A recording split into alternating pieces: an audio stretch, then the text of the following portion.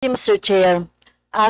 Siguro first lang, Mr. Chair, for the interest siguro of the committee of the TRICOM, yun po palang mga pinatatawag natin, Mr. Chair, na mga vloggers, they went na to Supreme Court pala, no? So merong press release si Harry Roque na nagpunta na po sila sa Supreme Court. At nag-appeal sila or nag-file sila ng petition for certiorari and prohibition today. So, February 4. Ito po, Mr. Chair, yung for the information lang po ng ating committee.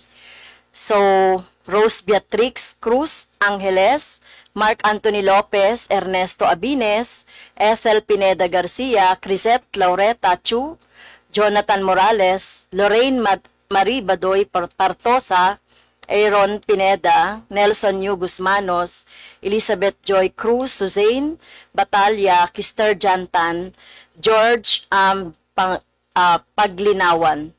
So, yun po, Mr. Chair, no, nasa Supreme Court sila, nag-file daw po sila ng certiorari at sinasabi nila na yung ginagawa daw natin ay unconstitutional.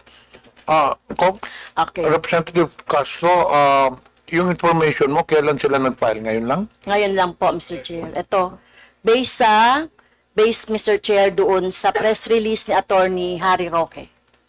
Okay, thank you.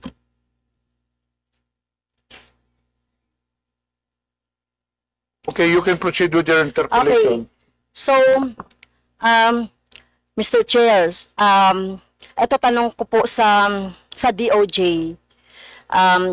Mr. Chair, sino po yung dinamanda? Quadcom or TRICOM? Yung committee, Mr. Chair, yung TRICOM. TRICOM. Yung TRICOM, nag-file sila ng certiorari, motion for certiorari.